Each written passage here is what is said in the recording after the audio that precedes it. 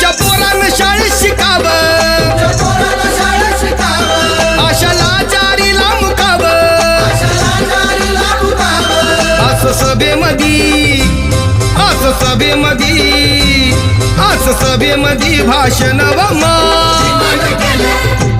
मग कुणी नाही केलं भलं व अग दिल्लीचं दालन फुलव